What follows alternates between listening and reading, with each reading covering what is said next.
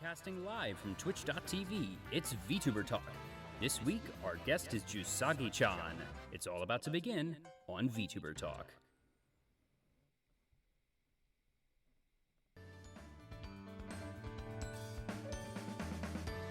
Hello and welcome to Vtuber Talk. Hopefully my sound levels are working well tonight.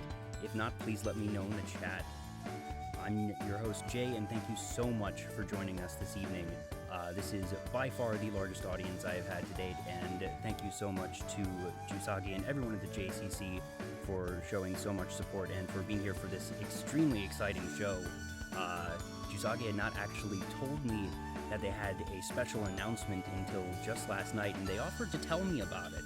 And I said no, I'd rather actually find out with everyone else and be able to react live on the show. So everything that is about to happen with regards to the announcement that was just made on Jusagi's YouTube channel is my genuine reaction. I have not had more time to think about this than any of you in the audience. For those of you who have not been here before, Vtuber Talk is designed after classic late-night talk shows. Everything here is live, casual, and the goal is simply to have fun with the guests of the evening, and to make it so people who are already familiar with the guests will be able to have a good time while still being accessible for new fans. That's my fancy way of saying that anyone can tune in and have a good time. Oop. Apparently my voice might be a little bit quiet. Gonna bump myself up a little bit here. Hopefully we're sounding better, and I'll also bring down the music just a little bit. Thank you so much. I like to think I'm good at most things. Audio levels, for some reason or another, still evade me, but, you know, you live and you learn. Anyways, while this show is run absolutely as a project of passion, donations are welcome, and anything from bits to other donations are always split 50-50 with the guests. That is a very important thing for me. This show is honestly one where I am not the star, nor should I be the star. I am the host. I help you all get to know the guests, but the guests are the stars, and so it is very important to me that anything that comes into the show goes back into the show on my end, but is also split evenly with the guest. As you will see in most late-night talk shows, there's the thing of an opening monologue, which I've already done a little bit of, but I've been thinking a little bit lately. There's the ongoing HoloLive EN auditions, and many people I know are preparing their submission. Many people are considering whether or not they want to apply, and I definitely think that if you want to apply, apply. In general, I am always on the side of put yourself out there, ask, and the worst that can happen is they say no. I think that's really how you should always approach these sorts of things. That goodness knows when I'm approaching my guests, I will ask guests that are, frankly, out of my league. I thought Jusagi was out of my league, and I still went out and asked, and they graciously agreed to come on the show. I've already lined up my guest for next week, who is once again out of my league, but I can't wait to have them on. And with all of that, and just thinking about the auditions themselves, it also has given me a bit of time to pause and reflect about my place in the community, because as you will see if you've not been here for my shows before, I do not have a model. I am not a VTuber. That said, I do still hope to be part of HoloLive, but I don't want to be the next Gura. I don't want to be the next Calliope. I don't want to be the next Fubuki. I don't want to be any of those. I want to be the next A-chan. The thing that I am really passionate about and that I really enjoy doing is production, is organization, coordination. That's why I started this show, because while I don't want to be a VTuber, that type of personality, the idea of putting something like this together is so much fun for me that even just the preparation, the back-end stuff that some people find annoying, that's what I really have come to enjoy. And the idea of being someone like A-chan who does that type of organization every so often, has a moment in front of the curtain, gets to, you know, present either sort of a statement or maybe make a guest appearance. That's the type of thing that I want to be, whether it be for HoloLive or someone else. So all you dreamers out there, dream your dream, whether it be the dream of being the next Gura, being the next A-chan, or whatever it is, that go out there and actually, you know, put yourself out there. Like I said, in a lot of these cases, the worst thing that can happen is someone saying thanks but no thanks, and you still had the experience of putting yourself out there, and eventually someone will say yes. So don't be afraid of no, because you need the chance of no to have the chance of yes. Well, I think that is quite enough of me rambling a little bit. I know why you are all here, and we have some very exciting things to talk about. So please welcome my guest for this evening, the CEO of the Jusagi Consultation Corporation, Jusagi-Chan. Jusagi-Chan, goodness, I'm already stumbling over my words. Hello, Jusagi, and thank you so much for being here this evening. Hello. Thank you for having me. So, I had, a set of questions already prepared, different things that I wanted to discuss, and then you ping me last night and say, so I'm putting a video live. And I'm willing to tell you what it is, but you have to, vow a secrecy. And I was like, I appreciate that you trust me enough, one, to, hold that type of secret for you. But also, I'd rather just react with everyone else. So, an investor. Wow. Yeah.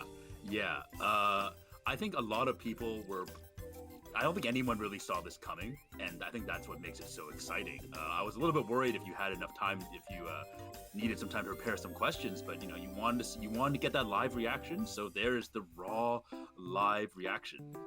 Yeah, and definitely have a lot of people here in the chat cheering you on who are reacting as well. And I guess just for starters, are you able to disclose the individual or the organization that will be investing? And I will completely understand if the answer to this question is no, but I feel like it's one that you are probably going to be asked a lot, even if not by me, so I may as well get it out of the way. I unfortunately cannot disclose any information, just for privacy reasons. So yeah, unfortunately I can't really say much more about the details around the investment, but it's just something that's been... When I heard the news, when that this was actually happening, it just kind of blew my mind. It's like, oh, this is really happening. This is real. Yeah, and for those of you who might not be familiar with the world of corporate investments, it is not rare or unusual for investor groups to remain private. That usually the pertinent parties know their identity, but that you will not generally have a public disclosure of investments of this sort. So I am not shocked to hear this in the least, but I figured, like I said, it was going to be a question that someone was going to ask. Have you been searching for investors for a time, or did this person approach you? This was someone who I believe they did approach us. Booster is the one who deals with the technical parts of it, but right now, we're not going out to investors just yet.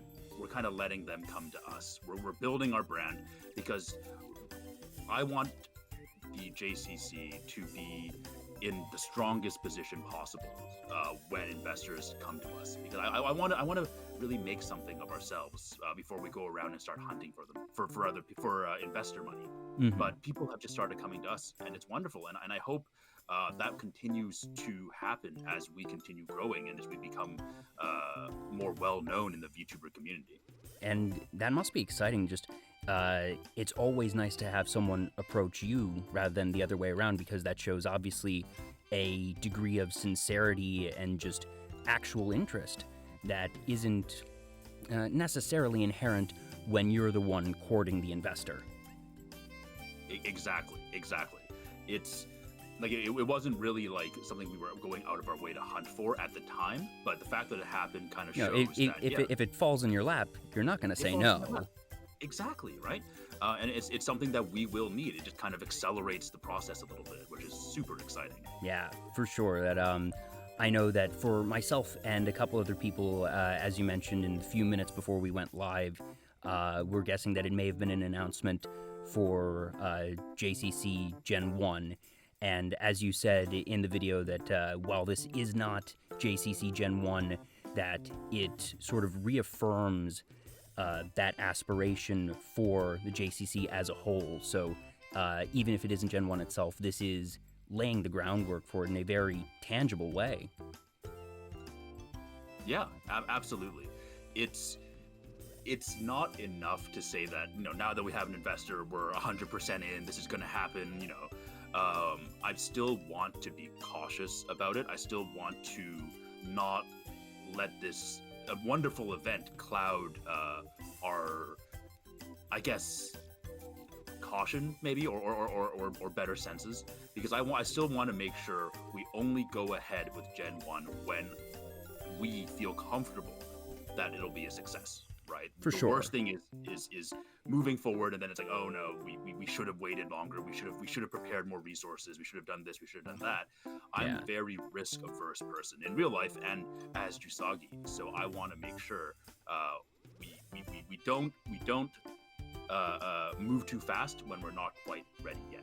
Yeah, and that's a really interesting thing that just business owners, regardless if it's VTubing or not, have to face of the risk-reward equation, as it were, and just, all right, when do you sort of accelerate things versus do your market research and things of that nature, and given that there is no first mover advantage anymore, that with Hololive established as it is, there is no first to market for VTubers anymore, so now companies and aspiring companies, regardless of where you end up in that, classification, it does feel very practical to be a bit more cautious and say, all right, let's make sure when we do this that we do this right, because especially for a group that is just starting, a misstep on the first outing can bury a group.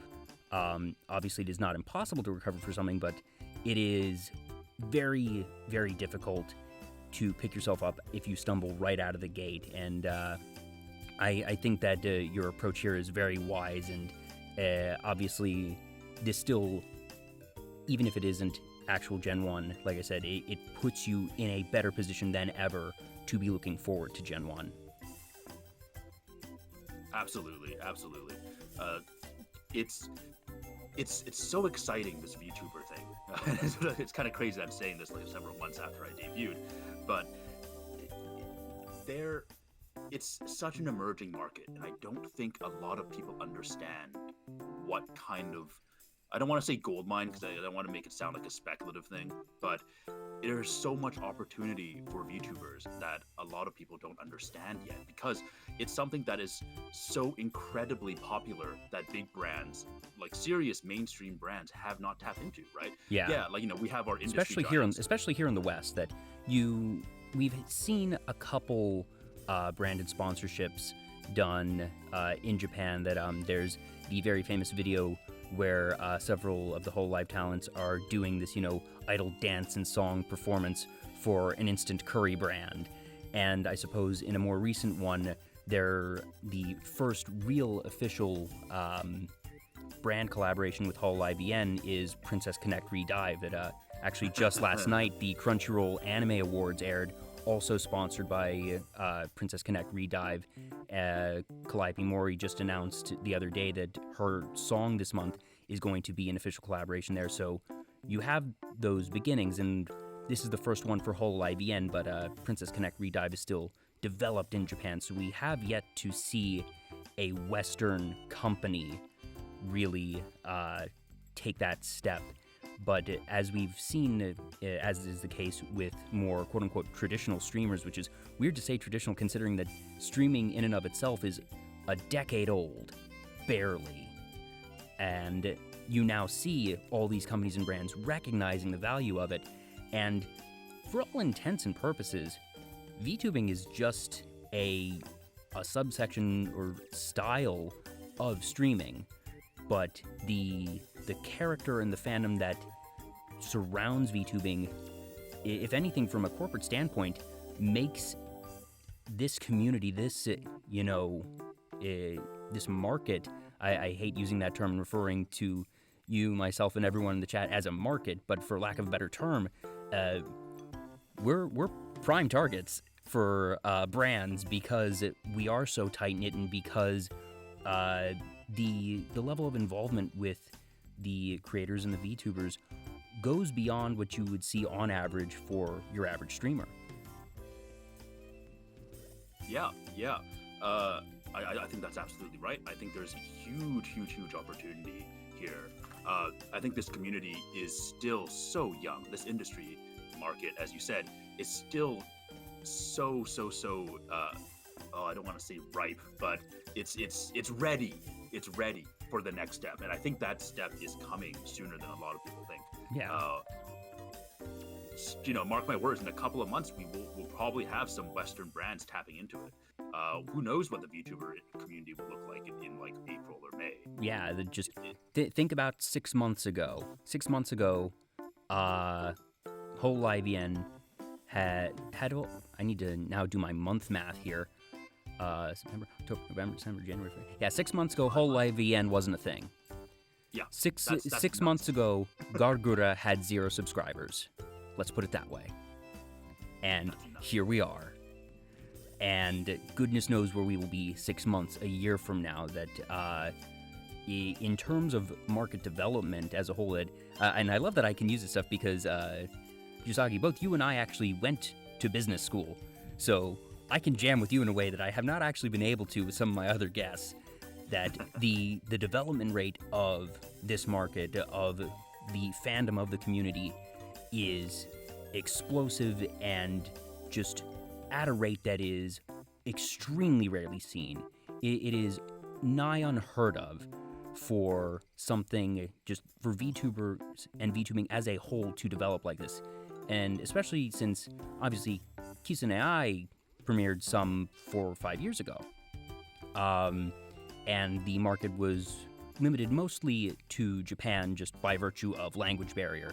But now that that barrier has fallen effectively, that has led to this really explosive growth, and it is so exciting to see just from a fan perspective and from a business geek perspective. The only thing I can think of that kind of has a comparable level of growth would be streaming as a whole, right? Yeah. Like streaming has been around for ages. But like sometime in the past couple of years, that's really shot up. As more and more people in the mainstream, I guess, accepted it. It became more normal for streaming. And even then, I don't think that even compares to how fast VTubing is growing. I mean, I don't know the actual numbers. I can't say that definitively. But it definitely, I don't think it's absurd to say that streaming as a whole laid the foundation for VTubing, that obviously without streaming existing as, a technology, VTubing can't exist to begin with. And it is the decades worth of slow, steady establishment for recognition and respect of streaming in general that has enabled VTubing to take off as fast as it did, because most people, once they realize that it is just streaming with an avatar, get it. Even if they don't necessarily get the community aspect of it outright, they at least understand it in a way that they understand it faster than the first time you have to introduce someone to streaming as a concept. Yeah, I completely agree. I think the popularization of anime and like video games, right? It's someone streaming, but they're also an anime girl. Cool. That sounds fantastic, right?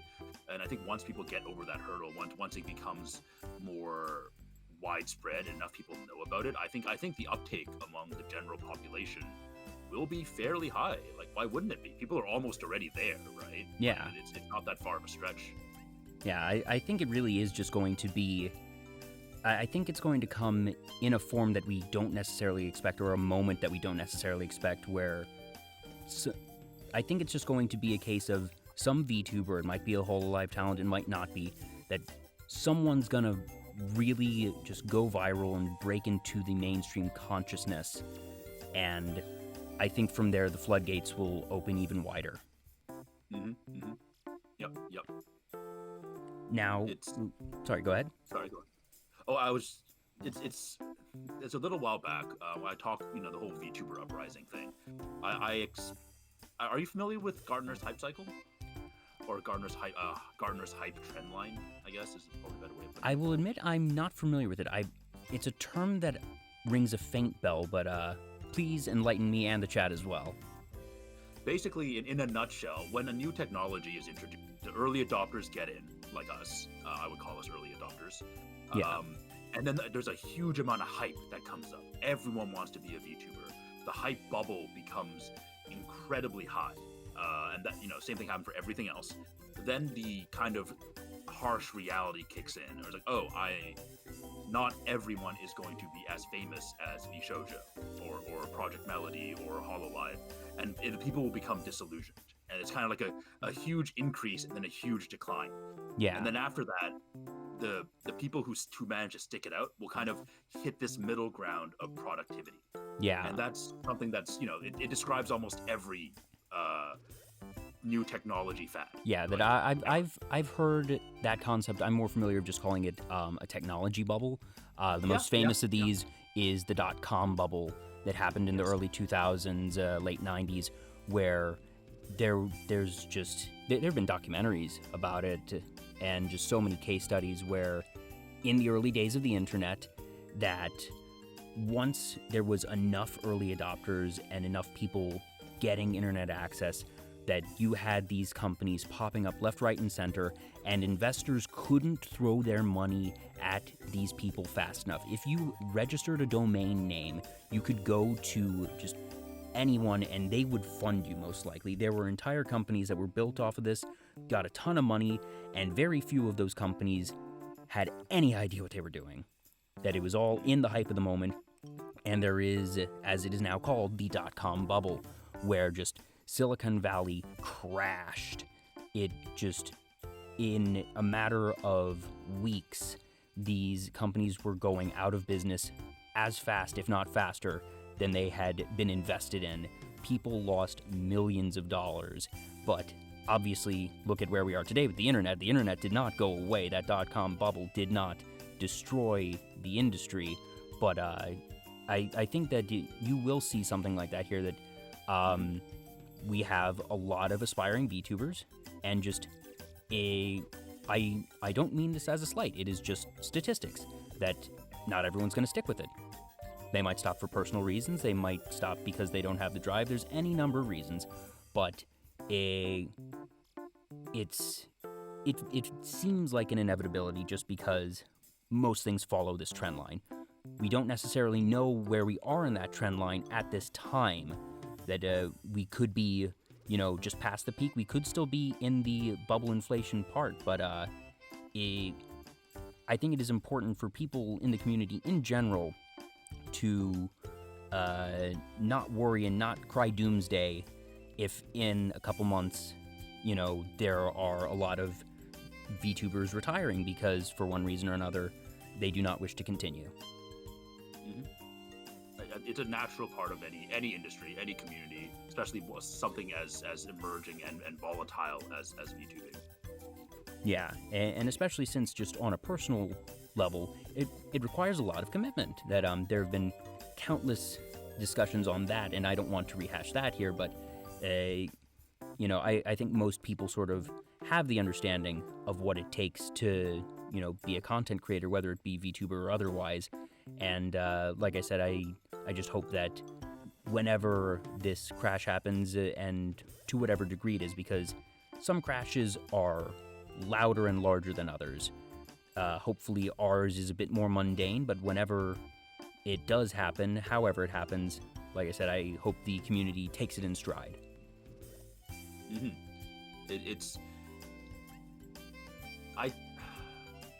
I don't think they will. I don't think they will. But it's going to happen regardless. Yeah. Well, whether we like it or not, it's something that's going to happen. When it'll happen and how it'll look like, no one can predict, I don't think. But it's the only thing I can be sure of, that it will happen at some point. Yeah. Now, for the JCC in particular, when you started it, did you have it as, like I said, sort of a flavoring, or was it from the beginning that you wanted it to not just be you as Jusagi-Chan with your community of the JCC, that did you from the beginning have the vision of sometime down the line, whether it be month, 6 months, however long, to find investors and truly incorporate? Or was it something that maybe a month or two in that you realized, oh wait, there actually is this potential here? Honestly, I just wanted to stream as an anime girl. That's Hey, who can blame you? In the beginning, it's like, oh, this is something that's new. I know business. Maybe this could be, you know, a way to restart my streaming career.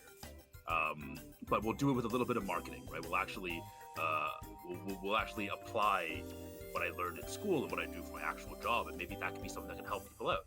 That's all the intention was at the beginning, and it's kind of crazy how things work out. I'm not sure if you know, but like in the beginning, I grew myself up to 900 followers on my old account, and then I got suspended. I lost my account, and it was horrible, and I was heartbroken. I almost gave up because of it, because you know but it was something that gave me so much passion, and I was like, no, I have to rebuild this. I have to keep doing this. I haven't had so much fun doing something basically my entire life. And I saw from a tweet that you sent just earlier today, you've hit 900 again. Well, no, 900 on Twitter the first time. This is 900 on YouTube. Oh, okay. Sorry, it's much harder. Yes, yeah. But yeah, the reason I started Discord in the first place, I didn't even really want to start one because I've managed Discords before, and I'm like, oh, is it really? It's kind of stressful, isn't it? I don't want to do it. I've run Discords as well in the past, and that is precisely why there is no Vtuber Talk Discord. Yeah, it's not for the faint of heart. But I was like, you know what? The worst feeling I had was when I lost all my followers, and I don't. That sounds really, you know, first world problems, but I lost all my friends. Yeah. All these people I was talking to every day, there's no way to contact them anymore. Yeah. And I have to give a shout out to Kazuma VTuber. He was the first person who heard me screaming and retweeted it. And he had a fairly large viewer base even back then. And I started rebuilding my account from that. So I started Discord, and it's just because if I get banned again, I can find all my friends. That's all it was for. But it's grown into so much more. Yeah, some loser called Booster came and started messaging me. And he was like, hey man, you could be the next Yago. And I was like, what? He's like, yeah, this is great. You got a great thing going here. And then we started talking, right?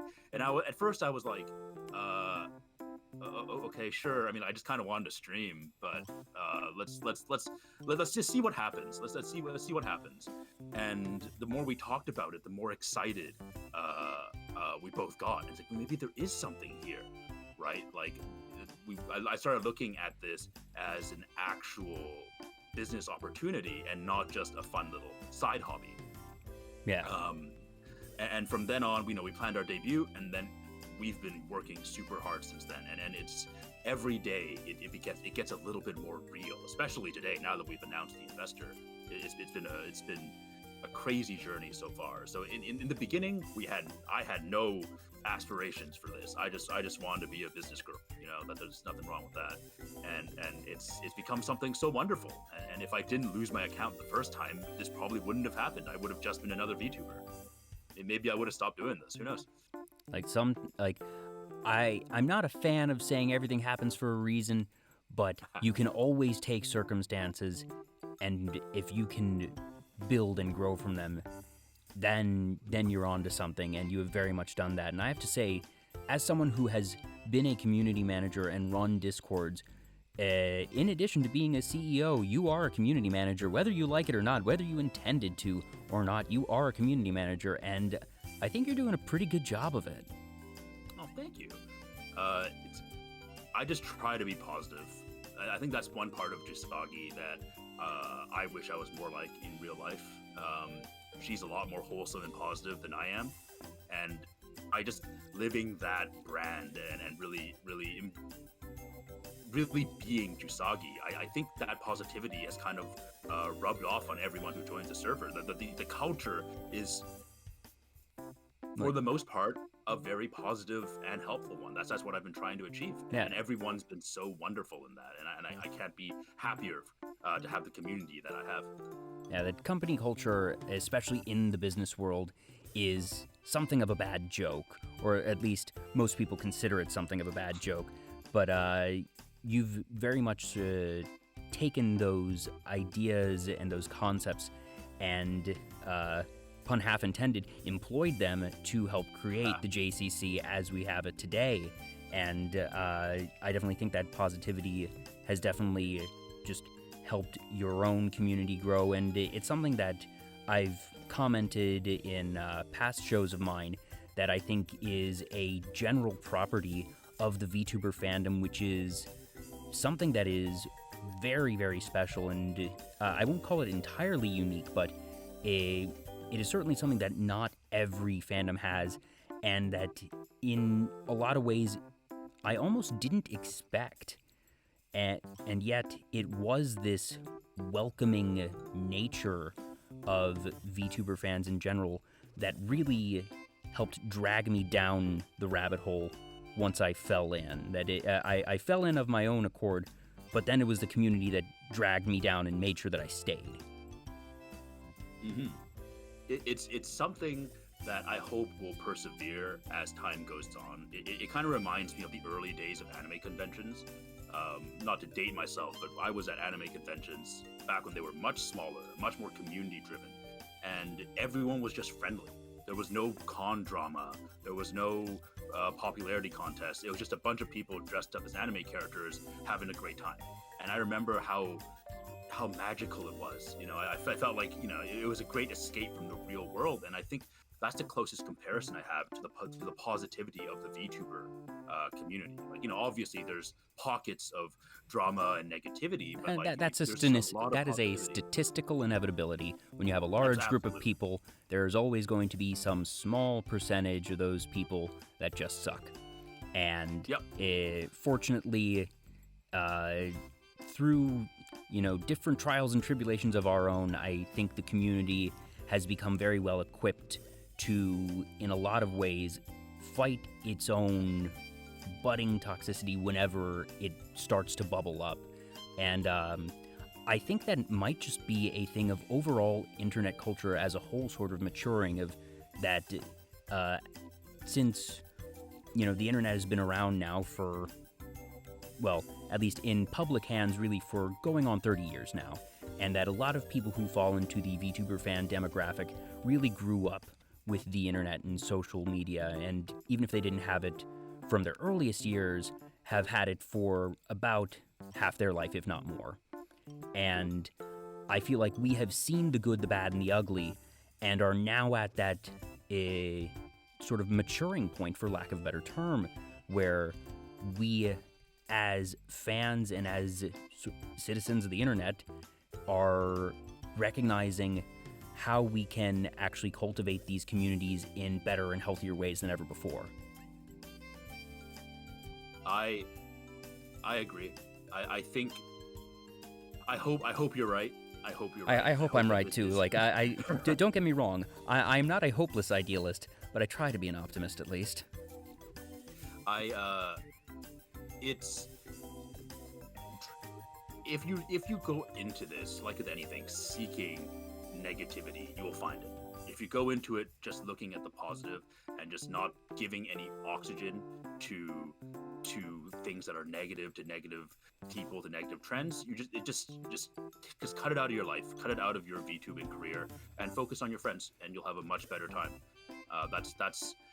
That's how I've been dealing with it. I don't want to get mired down in drama, because like this is, even though, you know, it's as of now we're not a real business, I'm treating this like a business. I'm treating this like a job, and at my job I don't have time for drama. If I have time to complain or you know, get swept up in VTuber minor squabbles, I have time to improve. That's how I conduct myself, because just like a real job.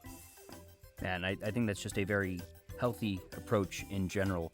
And it's only now, you know, 30 minutes into the stream that I'm realizing that I've sort of forgone one of my standard things, which is, you know, I don't know, having the guest introduce themselves.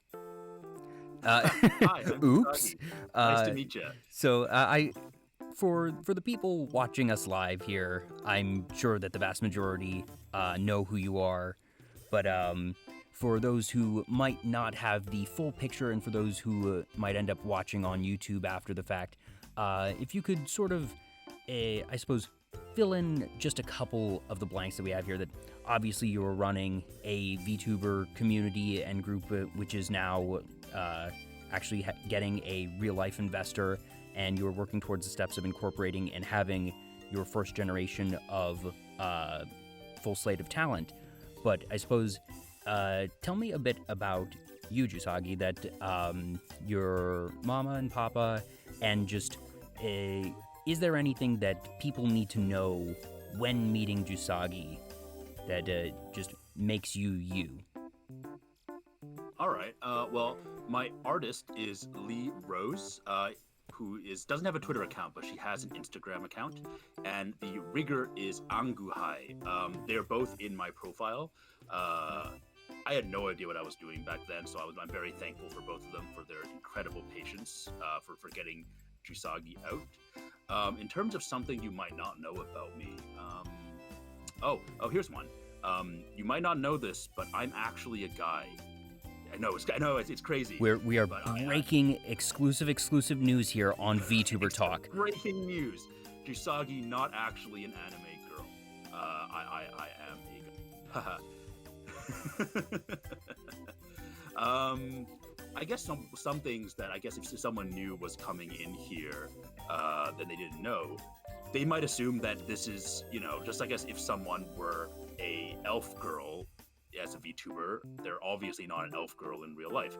I am a business person as a VTuber. I am actually a business person in real life. I am a marketing person. I have over 8 years of professional experience working in agencies, banks, large companies, startups, unpaid internships. I've been an intern too. It's horrible. No, I'm still not paying any of you, but I've been there, right? I have a double major in marketing and management information systems, and I had very low self-esteem about my job up until I started VTubing, and then it's like, oh, maybe I am an expert at what I'm doing. I guess I was so insulated because I'm always in a marketing area. Like I'm surrounded by marketers, and they're usually better than me. So I felt like I'm a garbage marketer. I don't know what I'm talking about. And then I guess being able to use my skills and use my experiences for an actual business venture like VTubing, it's given me a lot of self-confidence. Like, oh, I actually am a professional. I actually do know a lot of things. It's not just imposter syndrome. Imposter syndrome is a very real thing, and you got to fight it. It's a killer. It was something I struggled with up until I started getting people are thanking me for my business tips, and I was like, isn't this common sense? Isn't this super everyone knows this? And it's like, oh, it's not. Maybe, yeah, and that's when you sort of realize that you are an expert. That moment that something that is very obvious to you is not obvious to others, and I say this from a very parallel standpoint because actually one of the things that initially brought my attention to you is that, like I mentioned, I went to business school as well, and funny enough, my majors were marketing and information systems, so we ended up having a lot in common, and I think that's why we're definitely bouncing off each other real well right now. And by the way, thank you to everyone who is following. What I'm going to do is read out the names of all the followers at the end of the stream, so stick around. It is so very appreciated, and once again, Jusagi, thank you so much for sharing your community with me. We are nowhere near done yet, and frankly, usually my shows are more focused on VTuber themselves and getting to know them in a more casual sense. I don't usually end up going down this line of, I suppose, more traditional interviews, but circumstances being what they were, it was obviously what we had to do, and I'm so glad we did. But I do now actually want to start talking about you, Jusagi. Sounds good. So, for starters, what would you say are some of your most common games that you play, or if not a particular game, do you find that you tend towards a particular genre or style of game that you stream? It's funny because I don't really have a genre of games I like streaming, but the common thread between all the games I like to stream are that they're all brutally difficult games. Cuphead, Nioh, Dark Souls. I haven't streamed Dark Souls yet, but I will. Battle Brothers. They're all games that are really tough because I think that's way more interesting for someone to watch.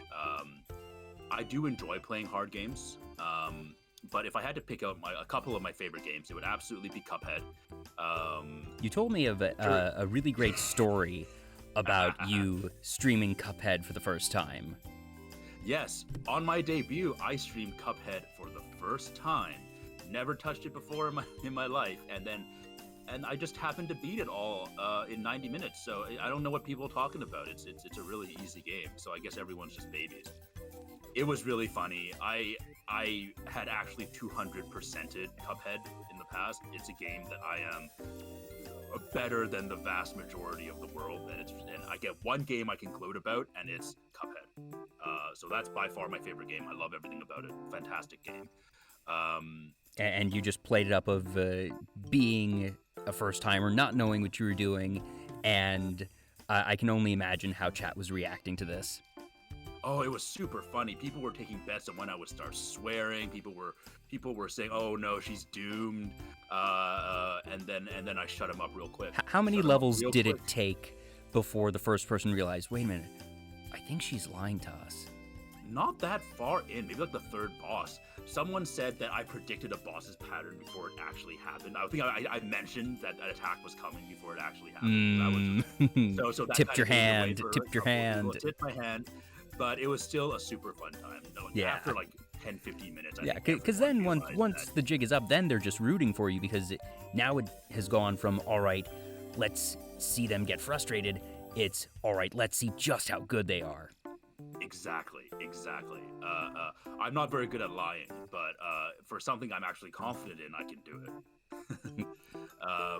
Other than that, Left 4 Dead 2, one of my favorite games. I actually played a couple rounds of it with my friend right before the show to get kind of hyped up. Left 4 Dead 2 is a fantastic game. One day I would love to do an 8-person collab, 4-on-4 versus.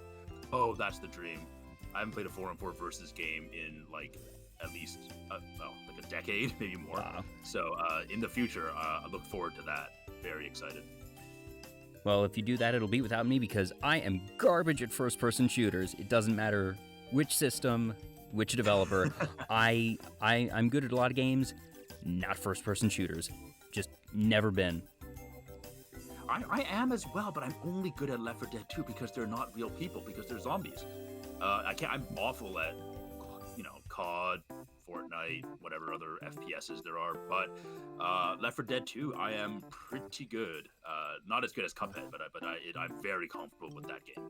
I wonder if part of it is in the prediction and sort of the cerebral aspect of it, because Cuphead being the bullet hell that it is a lot about pattern recognition and anticipating where you need to be just before you need to be there.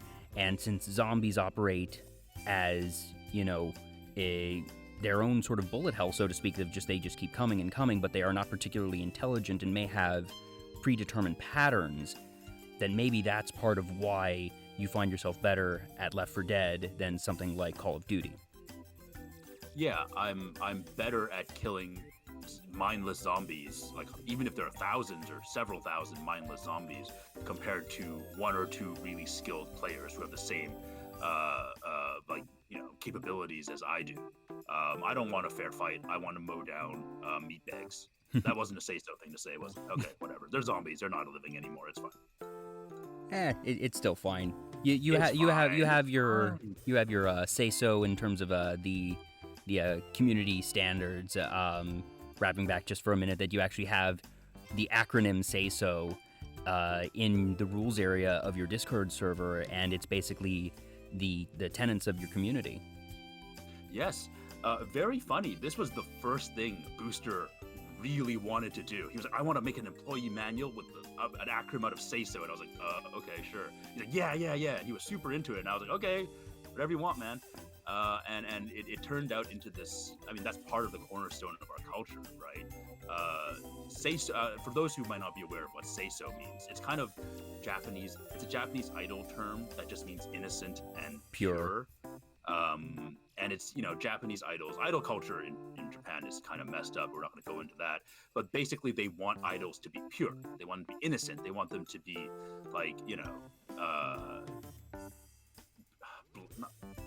blameless, I guess. They don't want them doing anything that could be construed as lewd or horny or thirsty or anything like that.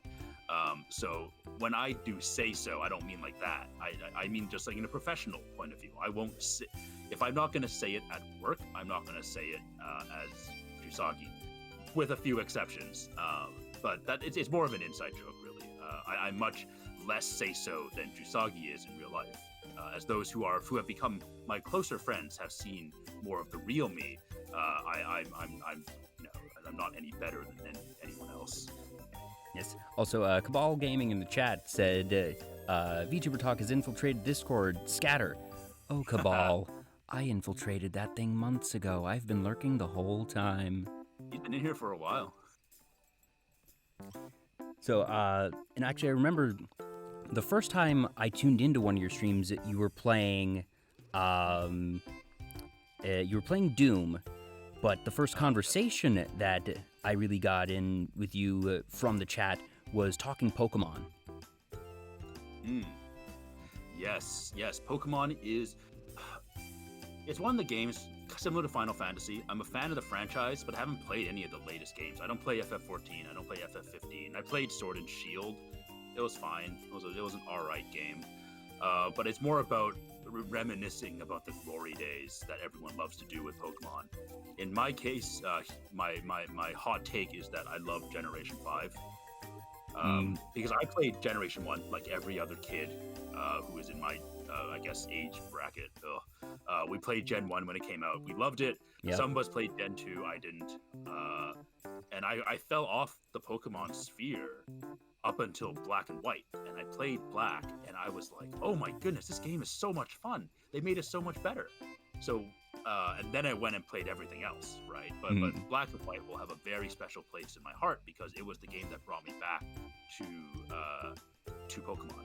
I'd also say that it has the deepest storyline that obviously very few people play Pokemon for the story, but Black and White is really I would say it's the only time that they went really deep in on character development past, just sort of the baseline sort of archetypes and tropes, and asked some very interesting questions of just, all right, what is the spectrum of morality in the Pokemon world and the relationship between Pokemon and humans? And I really liked that layer, and I don't think they've quite gotten back to that in terms of their storytelling, but I really hope they do. It was definitely something, I wouldn't say a gamble, but it was more of a risky move they took. Like, is capturing Pokemon slavery? That's kind of an uncomfortable question, but we're going to do it anyways, right? Storyline was fantastic. I love the music. I love the setting. I love some of the Pokemon. Okay, like trash bag Pokemon, not the strongest. Ice cream Pokemon, not the strongest. But some of them were great. And to be compare fair, that to the storyline of Sword and Shield. I mean, Sword and Shield had some good things going for it, but the storyline was not one of them. Oh, man. And that's fine. Like I said, very few people play Pokemon for the story. It is a nice to have. It is a luxury. I wish every game had a story at least level Black and White, but I guess they can't all be that way, but hopefully we'll get there. Now, on a more recent thing, big question, have you gotten a Pokemon Happy Meal from McDonald's? Wait, you have Pokemon Happy Meals? What? You missed this one. So They're not in Canada. Oh, I wonder if it's a US only thing, because I know they don't have it in the UK, but I thought it was a North America thing as a whole, but it might just be the US. Oh wait, no, chat is saying that Canada does. So there you go. No. I know where some of these people are from. They do not have it. Oh, it is not in Canada. I had a Filet-O-Fish for lunch today. There was no Pokemon. Oh, darn it. Oh, sorry to get your hopes up. Well, the long story short of that is that they have Pokemon Happy Meals here, and for the initial release last week, there was a scalping problem where people would buy entire cases and then try to resell them on eBay. There have been restocks, so the kids are going to get their cards. But it was sort of a thing last week of seeing my friend stateside who was able to get their hands on a Happy Meal. Man, I mean, I don't collect Pokemon cards, but if there were Happy Meals, I would get it just for the sake of having it. Yeah. I actually have in my house. I don't know if this is going to date me a lot. Back in the day, there was a special Burger King promotion where they were giving the gold cards. Don't worry, I'll date myself with you, Jusagi. I'm right there with you. I got all 6, baby. Nice. In my house. One of my proudest possessions. I remember dragging my parents back to that Burger King over and over again. Boomer Soggy screams the chat. Yeah, well, I have cool Pokemon cards, so whatever. Yeah. I just have the Charizard one, but let's face it, that's the only one that you need if you're only going to have one. Oh. So, yeah, okay. Important questions, though. Favorite Pokemon, and I'll even make it easier for you. I'll say that you can name up to 5. All right. At the top, I would say Chandelure, number 1. Okay. I'm a big fan of Chandelure. I love Chandelure. Gengar is really high up there. For a third one, those are the Roserade. I love Roserade. Ooh, okay. And honestly, those are the 3 that stand out. I had this weird obsession when I was younger that I really felt bad for poison types because I thought poison types got a really bad rep. And then also Koga destroyed me in Heart Gold and Soul Silver. And I was like, you know what? I'm going to go and beat every Pokemon game using only poison types. And that's how I fell in love with a whole bunch of poison Pokemon, chiefly of which is Roserade, which is a beast. So I used all 3 of those monsters in Sword and Shield, and that was one of the best parts of that game. Nice. Yeah. So those are my 3 tops. Yeah, I'm a big fan of Chandelure. I have Chandelure in a lot of my teams that I really like the type combination. My personal favorite is Metagross because just it's a flippin' supercomputer tank, and Steel Psychic is a really cool type combination, and I've always really enjoyed it. Yeah, that's plus one Steven Stone just beats your butt with it if you aren't ready for it. Yeah, my poison types can't really do much against something that's steel. My many weaknesses. Poison's just not a very good type, but it's I like playing card games. Right, I like making it harder for myself. Now, are you planning on tuning into the Post Malone Pokemon concert next Saturday? The what? You did? Okay, so this one I know you will have because it is a worldwide thing.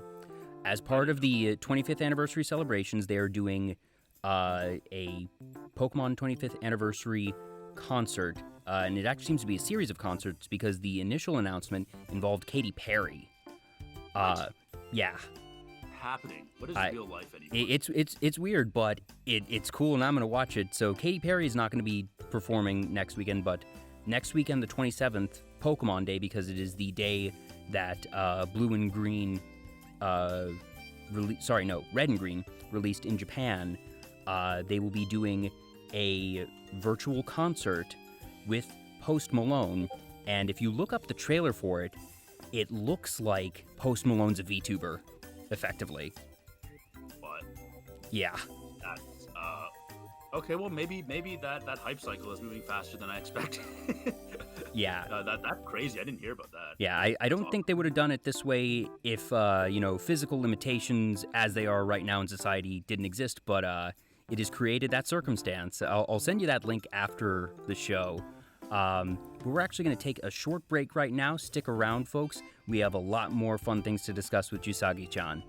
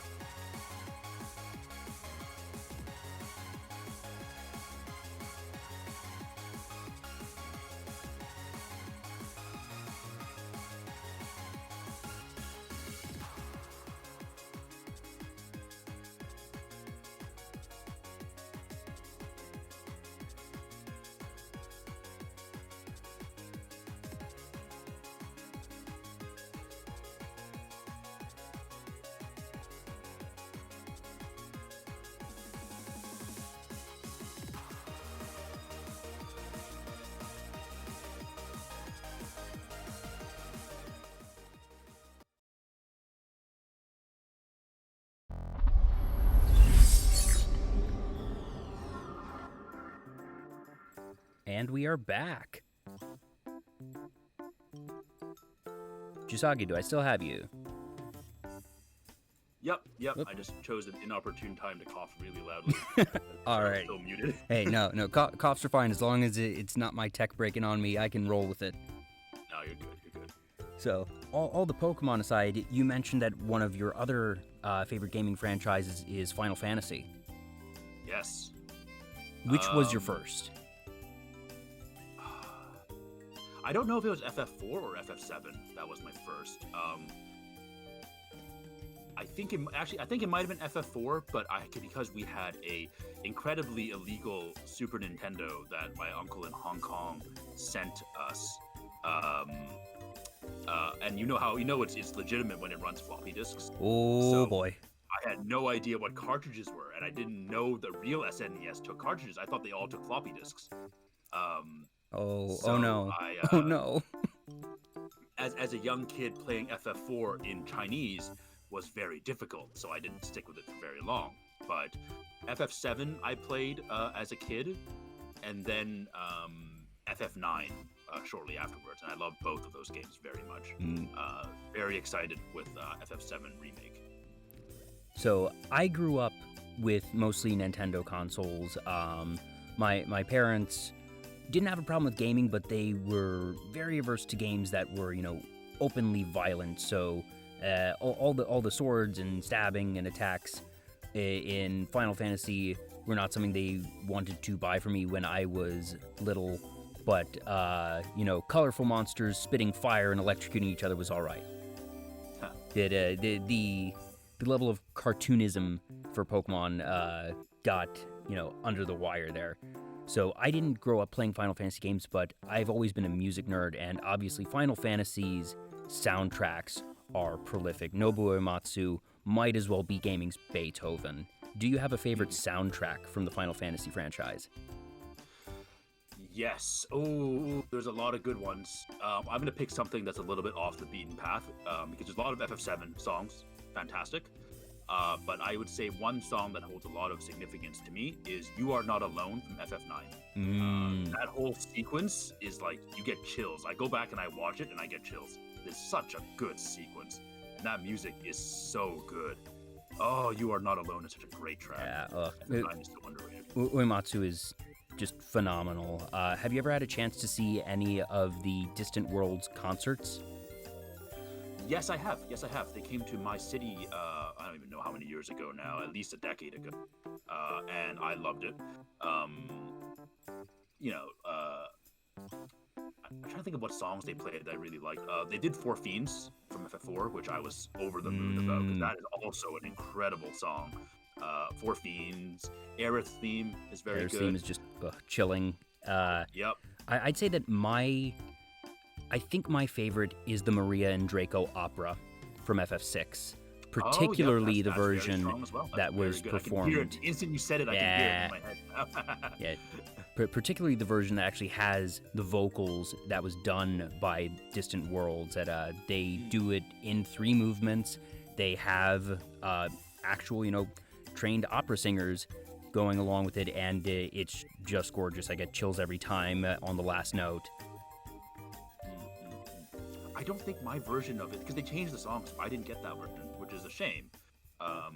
We definitely got Dancing Mad, but we didn't get the opera. So, Dancing Mad, do you know why Dancing Mad is particularly cool, but also particularly frustrating if you're a performer? I do not know anything about music. It is in a very strange time signature. I'm doing a quick search to triple check. If memory serves, Dancing Mad is written in 5/12, which for anyone who knows music, that's a stupid time signature. I'll take your word for it. I mean, 5/12 does sound pretty uncommon, but I mean, I am an amateur in such things. Well, the chat needs to agree that this is a horrible thing that you have just said. Yeah, I need to double check. Maybe it was just the arrangement that I played once upon a time that was crazy like that. It's not the whole thing in 5/12. It's in 4/4 standard time for a while, but there is this segment in the middle where it bounces into 5/12 for a little bit, and it's just weird. Mm-hmm. But I suppose that's the mad part of Dancing Mad. Yeah, exactly. So outside of Final Fantasy, is there a game series that you are particularly fond of the soundtracks? Ooh, I mean, like the stuff we already talked about. Yeah, I suppose honestly. Cuphead. Cuphead's just jazziest thing since Cowboy Bebop. Oh man, Cuphead music. Someone in the chat said Eternal Sonata. No, we're not talking about Eternal Sonata. That game is cursed, but I love it, but it's cursed. I would say Toho. Ooh, okay. Toho, I am a huge Toho fan. I've done some embarrassing things in the name of Toho back in my day. But I am an unapologetic Toho fan. I think their music is absolutely top notch. I'm not sure if you're a fan of Toho or if you've heard of Toho. I know of Toho. I've not played any of the games. Bullet Hells have never really been my jam. But I'm very familiar with the fandom, with the music. I've seen the fan-made animated shorts, which are just incredibly well done. But I cannot say that I have played the games myself, but I certainly know Toho. Honestly, the music can exist in a vacuum, and it's just wonderful music. Yeah. You don't need to play the games because they're not for everyone. But huge Toho fan, huge fan of the music, huge fan of the characters and the games and the storyline that they've built over all this time. Now, one game soundtrack that I am particularly fond of is from a game that I know you are not fond of, and that is Sonic Adventure 2. I love the music from that one. The cruddy rock, the vocals. I think the music from that game is awesome. I listen to it unironically. I think it is so much fun. But I know that you, Jusagi, have some bad experiences with that game. Yeah. There's at least one person in the chat who has seen me stream this before. It is a game that scared me so badly that I actually had to stop streaming it and playing it because I was so scared of it. People might think that me being scared is a meme. It's not a meme. I am genuinely terrified of most things. Live and Learn, good song. Escape from the City, love, great song. I listen to it every now and then. But yeah, as you know, because I'm a masochist, my 1,000 YouTube sub goal is for me to stream. I'm not gonna finish it, but I'll stream Sonic Adventure 2. And that's an inevitability at this point. You're at 900. It is only a matter of time. So brace yourself. It's like I'm excited and thankful, but at the same time, it's like, why did I say this? I really don't want to play it. So it'll be a fun stream. I think it'll be fun for the chat, less so for me. If I don't have something just urgently pressing whenever you stream it, I will definitely be there for it. It's gonna be something. You'll probably get very frustrated if you're a fan of Sonic. I think at one point I threw a Chow into the ocean. How dare you? Yeah, How exactly. dare? That's what Chat said too. I'm like, I don't care about these things. Why? like that one's drowning, and like, oh, this one looks ugly now. I don't understand what I'm doing. I keep feeding him bear parts, and now he looks like a little bear. Well, I mean, that's cute. Everyone loses their mind, but maybe because I didn't grow up with Sonic and I don't care about Sonic. I'm just like, I am playing dress up with a bunch of weird slime creatures. I don't. They're adorable little blobs.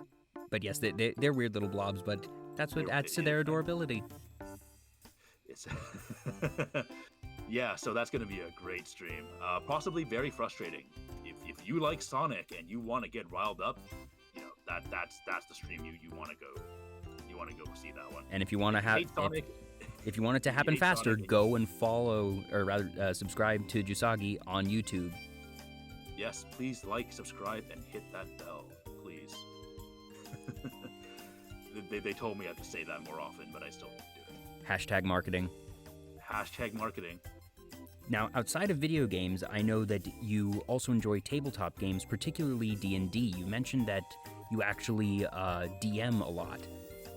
Yes, I have seen at least 2 of my players in the chat. So hey guys, I DM'd a special game, basically a homebrew game of D&D for them, based on the world of Ragnarok Online, which is an MMO that I absolutely adore.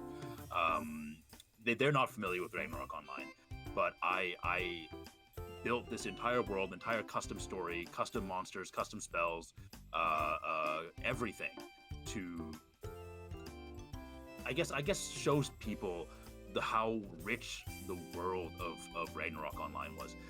But in terms of D&D, I only really DM. I don't really play much, but I have about maybe 3 years DM experience. I don't think I'm very good. I don't really pay attention to the rules.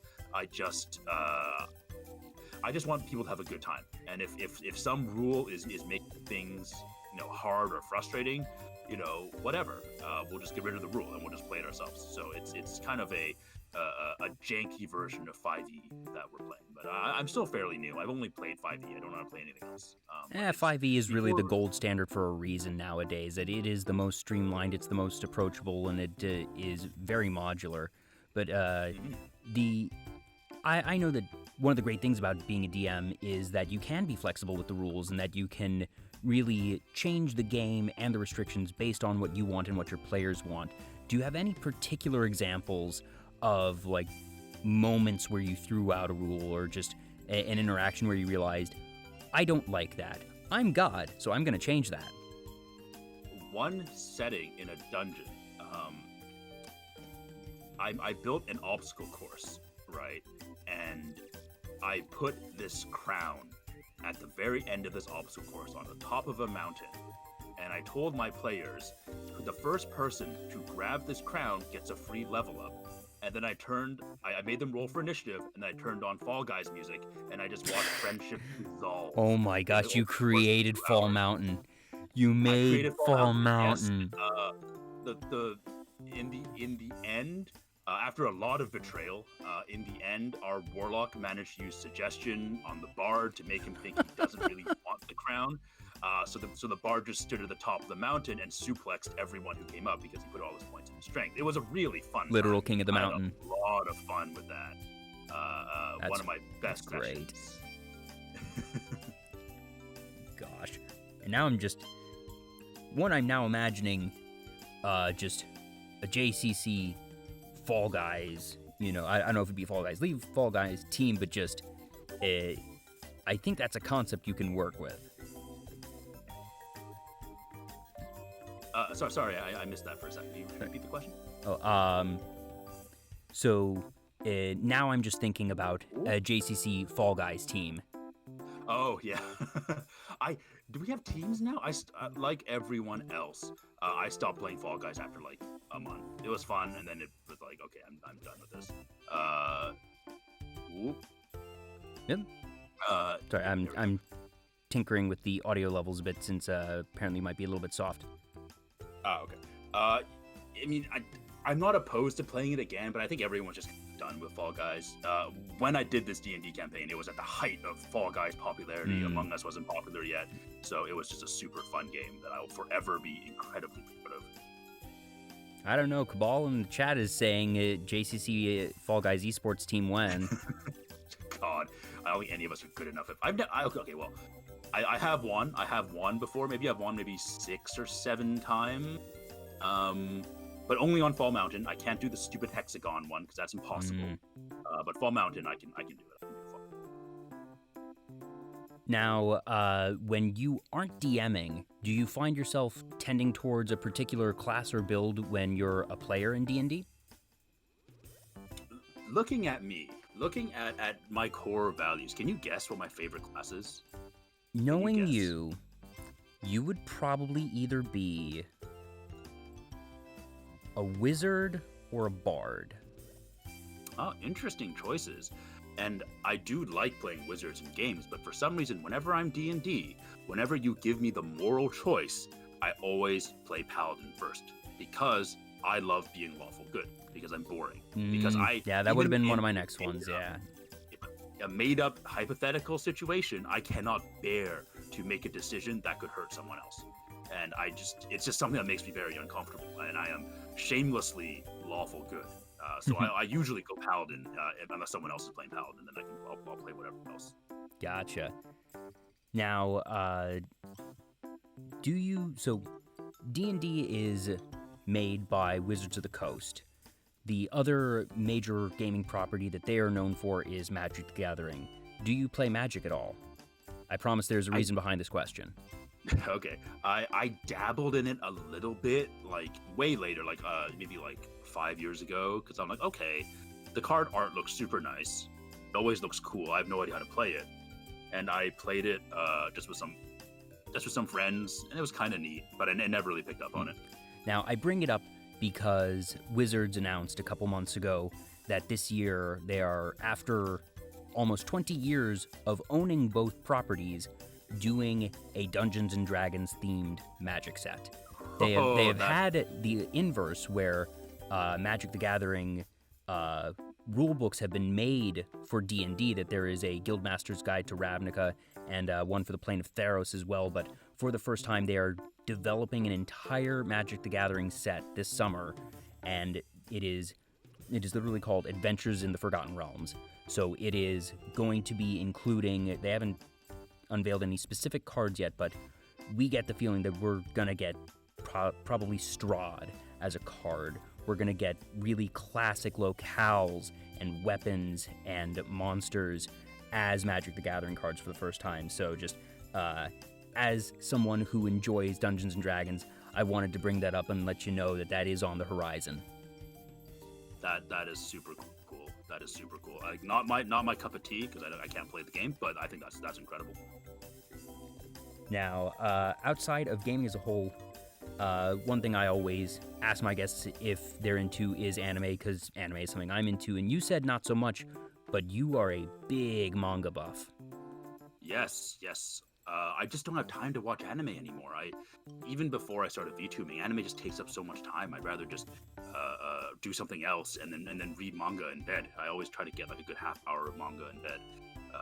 What have you been reading most recently? Like, what did you read last night, if you read last night?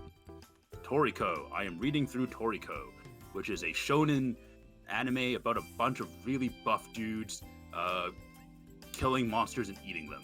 That's the best way I can describe it. Yes, it's a gourmet cooking mixed with like Dragon Ball.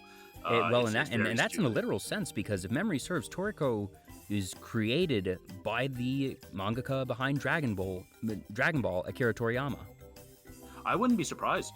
It's just a bunch of stupid fun. It's mindless, but it's fun, and I love a good shonen that is, you can just turn your brain off and watch big buff dudes punch other big buff monsters, and then they eat each other out. Now I'm having to Google Toriko to make sure that I'm not misrepresenting Akira Toriyama. But I have seen, there was a anime adaptation of Toriko.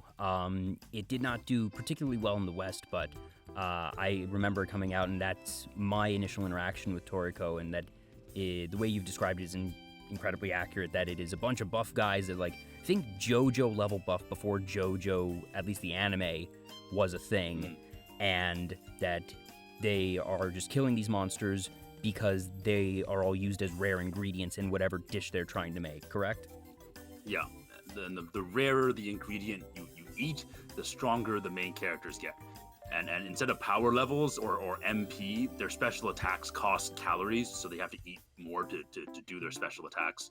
So it's incredibly stupid. I love it. Oh my gosh, I didn't know it went to that degree of like having calories as an actual stat. Yeah, calories, it just becomes MP. It's MP in the millions. That's all it is. All right, and after checking, Akira Toriyama is not the one behind Toriko. That is my mistake. It is still distributed by Shonen Jump and Toei Animation, though. So it is very stylistically similar. For sure. Besides that, I read a lot of everything. I've read... Sometimes I feel like shonen, sometimes I feel like isekai, sometimes I feel like romance, or... It's funny because I am such a scaredy cat, but I'm only a scaredy cat of jump scares. I cannot handle even the most basic jump scares, but I love reading apocalyptic horror. I read Junji Ito. I read, And like Junji Ito like, is oh. hardcore horror. Yeah, and it is freaky, and sometimes it dwells in my head for a while. Like after reading Spiral, I'm just like, oh, geez, or like This Hole Was Made for Me. That one was messed up. But like if it's a jump scare, I cannot handle it. It doesn't matter what it is. But apocalyptic horror, stuff like Seven Seeds, Green World, Dragon Head, even the really dumb ones like what's Shibuya Goldfish. So stupid. Where giant goldfish have invaded Shibuya and they're just eating everyone. Well, hold on. I now have several questions. So giant goldfish have invaded Shibuya. Yes. Do they still need to be in water, or have they grown legs, or are they flopping about? They are flying. Imagine like elephant-sized goldfish that hunt down humans and eat them, and they just look like regular goldfish. They can also talk in creepy child voices, whatever. So in Pokemon terms, moving like a Gyarados, looking like a Magikarp. It's like they're like whale lords, actually. They're like whale lords, okay, but there they you look go. That's terrifying. It's so stupid. I read it because it was so dumb, but I love that genre, so I finished it. And it's disappointing. Bavaria Polaris in the chat. Sharknado but goldfish. Sharknado but goldfish, yeah. I read Gone too by Junji Ito. With the sharks. I have not read any of Junji Ito because I hate horror in general. I'm fine with jump scares.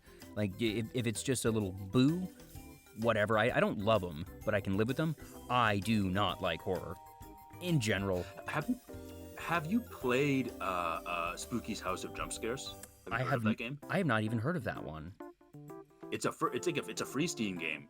It's like a very low tech first person. You explore 1,000 floors, and there are monsters that chase you, and it's very scary. In the first 20 floors, the only monster is a cardboard cutout of a cute ghost or a cute tree trunk that just pops up in front of you with a sound, and it's super cute. I can't handle that. I see that, I scream, because it comes out suddenly. It doesn't matter if it's cute. It doesn't matter if it's cute because it's a jump scare. Anything can scare me. Dandelions scare me. Fish scare me sometimes if I'm underwater. But it's because if something sneaks up on you, it'll terrify me. But if it's just a manga, it's Junji Ito, whatever, I'll read it. I don't care. It's just things on a page. All right. Any artists who are in the chat, I always try and have an artist assignment for the week based on something for my guest. Artists, your assignment this week, if you are here in the chat, draw Jusagi being scared by something terribly innocent. Oh God, all right. I look forward to seeing any art that could come from this. Hashtag ArtSoggy, baby. Don't use the other hashtag. Just use the ArtSoggy one. That's the good one. Oh, everyone loves that. All right. Hey, you said that you're not allowed to make jokes about tax fraud anymore, so here you go. I'm diverting attention for you. That's fine. You know what? I'm happy with this. This is fine. Okay, people seem very excited about this. Yes, I'm excited now. Please tag me in this. I want to see what adorable horror I have hopefully wrought upon the world and Jusagi-Chan. That's gonna be fun. Also because, I can't draw to save my life. I can't draw a stick figure. So much I have not, but so much respect to the artists. That's one of the other things, wrapping back to community for a second. Holy crap, we have so many talented artists here. Yes, we do. I love them.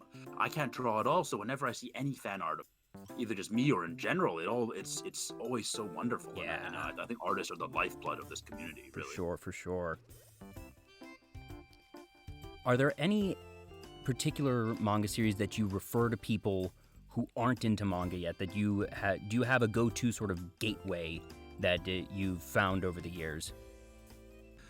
I mean, I haven't actually done this yet, but if anyone is looking for shonen, but they want something a little bit more mature, they want something that's a break from the formula, Jujutsu Kaisen is incredible. Which just won Anime of the Year at the Crunchyroll Anime Awards last night.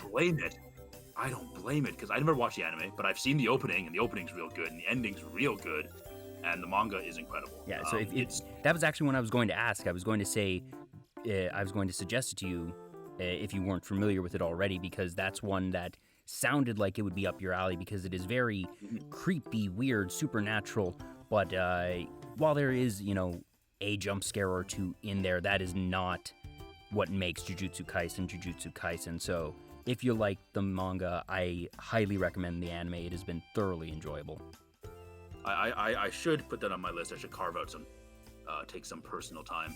I don't really have much of that anymore these days. Can't imagine why.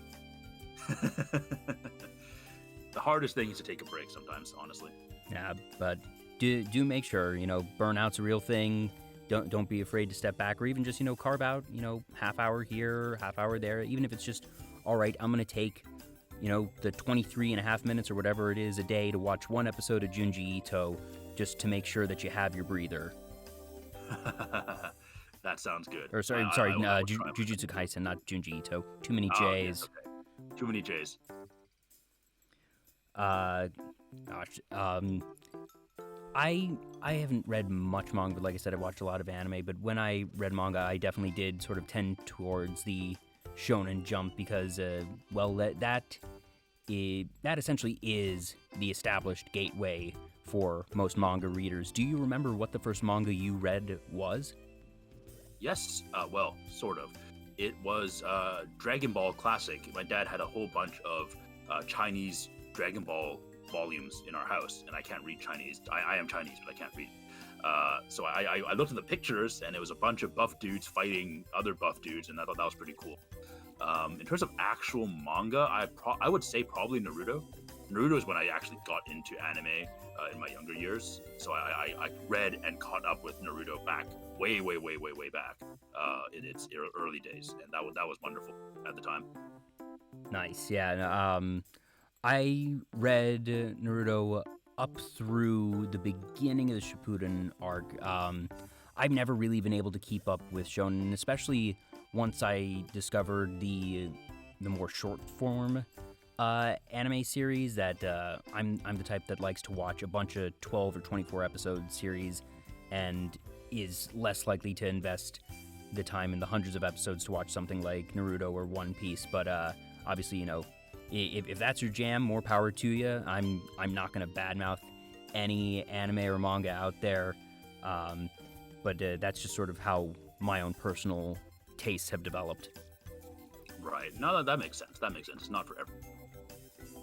So, moving on to some more general questions, were there any VTubers that you saw in the early days for you that you found particularly impactful or inspirational? Not necessarily ones that you thought to fashion yourself after, but was there, what was the first VTuber that you ever saw, and was there one that either it could have been an epiphany moment or just over time that watching them made you want to be a VTuber yourself? It was,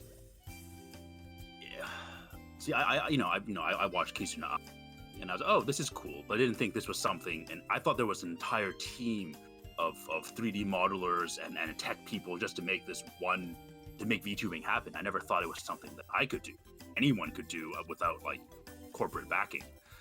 So even though I was a fan of Kizuna and I thought it was super cool what she was doing, it never really clicked. It was probably Calliope Mori. When Hololive EN came out, I was like, oh great, I can finally watch some of this, whatever these VTubers are in English. And when I watched her single, I thought, oh, she's not just an anime girl. This person is incredibly talented. And I started watching her. Then I looked at all the other and the Gura and now actually Amelia Watson is my favorite Hololive girl. And I think after watching them a bit, and I've been streaming while this is all happening, I've been streaming normally as just a regular streamer. It sort of became like, wouldn't it be funny if I became a VTuber? Wouldn't that be crazy? Yeah, wouldn't that be sort wild? Of, maybe I could. And that's kind of how it started. It's because Hololive EN. I think that's the same for a lot of people. where it's like, oh, maybe I could do that, and then you look on Twitter and it's like, oh, there is a community there. Yeah. And it kind of just snowballs from there. That's the rabbit hole, right? Yeah, for sure. I know that, very similar to you, I saw Kizune some 3-4 years ago, didn't think much of it, and a lot of it really, I think, boils down to the language barrier and the fact that just, since she only ever broadcast in Japanese, that it put an effective cap on her reach. And I guess starting with Hololive members like Coco and Hachima and a couple others who really started to do a more outreach by virtue of simply, incorporating English into their streams, and then the actual release of Hololive EN, I think that the language barrier really was the only thing keeping it from the West up until now. And what a smart business decision that was to start Hololive EN. Yeah. Now the biggest money makers of Hololive, I'm pretty sure. Yeah, they're certainly up there, if nothing else. Yeah. Now, getting into a few more quirky questions, what is your favorite meal? That can just be doesn't matter what the price is, it could be something cheap that you love, it could be when you really want to treat yourself, but if all right, I can have whatever I want to eat today, what do you want? Salmon donburi from one specific shop in the next town. I have had it at least once a week for the past 8 years, probably more. Wow. It's just a big bowl of rice and salmon sashimi, and it's incredible. And that is my one thing I do to treat myself. And I do a lot of things to treat myself, but like if I have to have that one thing, I have to, no matter what happens, I have to go to the next town. I have to assume the people there know you at this point. That just yes, do you just call in advance and say, hey, it's Jusagi, I'll be by in 15 minutes? I walk in, the chef sees me walking towards the store, and by the time I get to the counter, the food is ready and for me to pay and take home. That's when they get the big tips. That's one of the things that to be a regular is a cool thing. I've only really accomplished that once, and it's actually at a Japanese place near where I live that when I walked in, the server would know, okay, the house ramen and salmon onigiri, and it got to the point where they just sort of knew. And there is one particular shop near where I live that I go to for salmon donburi when I go for it, or sometimes just salmon hand roll. But I live in an area that is farther inland. I grew up on the East Coast, actually, and grew up absolutely spoiled when it came to seafood. I think I've said it actually in other streams that I'm from Maryland, and I am an absolute snob when it comes to crabs, because yes, Maryland blue crabs are better than other crabs. Once you've actually tried them, you will understand. But I regret not trying a crab when I was in Maryland in the younger years. Well, if you ever have a chance, Jay says the hype is real. But after moving, I found it more difficult to get good seafood. But then I found this one place that had good fresh salmon, and I had it first in their donburi, and I was just like, whoa. And if you can find that shop that just has those good ingredients or just makes it particularly well, it is something special. And it's so cool to be able to become a regular and to have that sort of recognition, and just have them know your face, have them know your order. Yeah, it's a wonderful feeling. It's a tiny thing in events. Sometimes just. You're breaking up a little bit there. Oh, hello. How do I sound? Yep, you're good. You were breaking up. Not sure if might have been mic peaking, possibly. Oh yeah, okay, all right. It's a nice.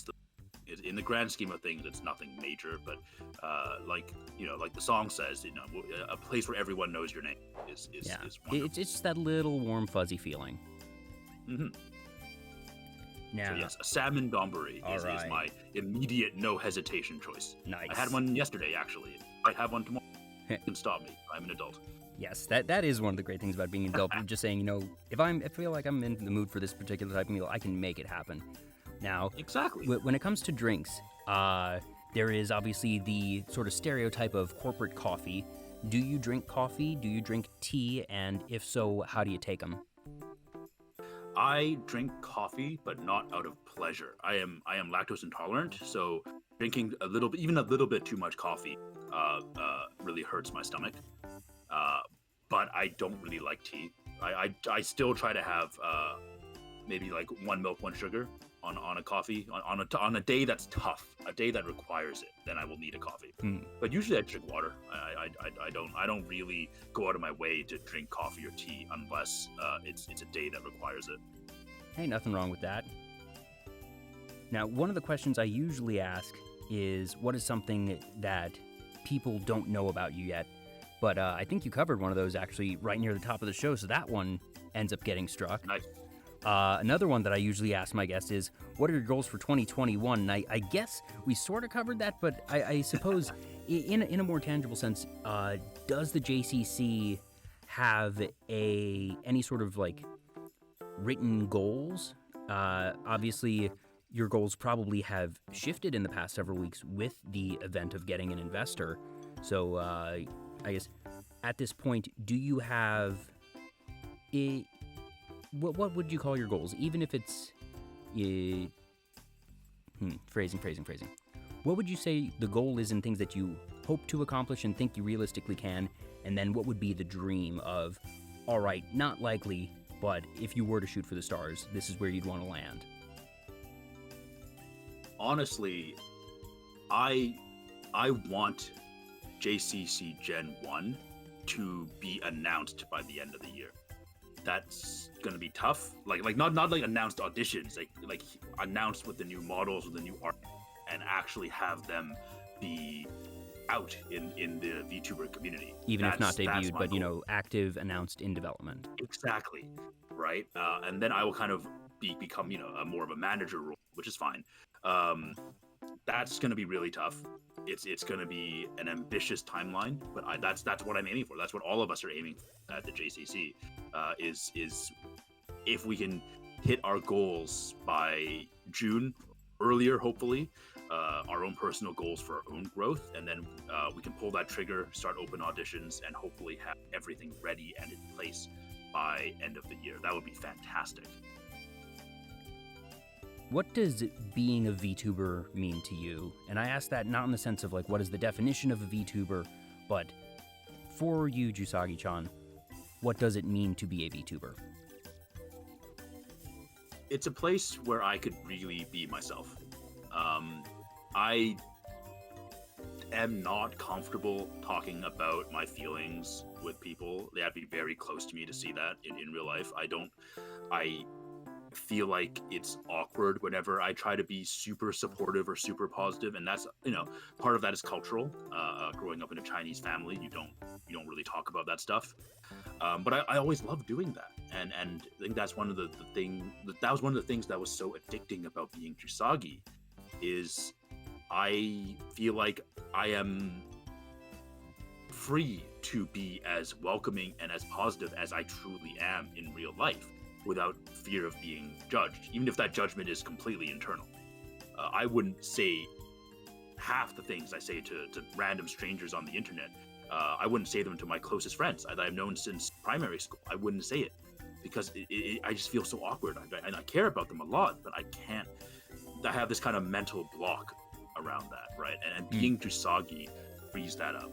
Yeah. So that's what being a VTuber is for me. It's being my idealized self. That's really cool, and I definitely don't think you are alone in that. I think that the advent of VTubing as a whole has really opened up a very interesting new space for people who might not have gotten into streaming as a whole otherwise. That the ability for someone to stream and to create a community and cultivate a personality that isn't inherently their own is obviously it's been possible in the past in a way to basically present yourself in a fashion that is not exactly how you present yourself in everyday life, but it's so much easier when you have the avatar, whether it be a PNG or a live 2D model, that I know that for a lot of people it has really enabled and empowered them to explore parts of their own personality, or simply let themselves express themselves more than they would in everyday life because of just the level of comfort that comes with the space. And I think that's really cool that I'm certainly not going to, judge anyone because for needing or feeling that they weren't able to until they started VTubing. But I think that the existence of it and the fact that it has helped sort of break that barrier for many people is just an incredibly heartwarming thing as a whole. I think that's one of the best parts of being a VTuber is a lot of people are finding a passion in it and being able to be their best self. And it's I mean, it certainly helped my mental health and mental well-being being a VTuber, and I'm sure it's done wonders for others as well. Yeah, and it really feels like it came at the right place at the right time, where just obviously yes. the gestures broadly to the world. Yeah, it's sometimes we need a little bit of escapism, and Yeah. VTubing is a wonderful escape, Yeah. at least for a little bit. And obviously the friendships that it is helping forge actively in front of our eyes is an incredible sight to behold, and I am very much looking forward to seeing where the community goes, and I'm looking forward to seeing where the JCC goes in the coming weeks and months, and hopefully years to come. So as we start to wind down, are there any particular projects or collabs that you want to spotlight? So, any upcoming streams for the next week? I know you usually post your weekly schedule. I don't know if next week's schedule is out yet. You want to give us that little sneak preview, maybe? The schedule will be coming, but I do have something I want to promote. And tomorrow at 2 p.m. PST, we are going on Booster's Twitch account to play something, to continue the playthrough of Tender Loving Care, which is probably it's very 18 plus. We're playing an actual 18 plus game, and then we're actually going to play Honey Pop 2, which is a incredibly 18 plus game. And because we're doing it on a burner account, like it's an account that we're hoping gets banned. It's really funny.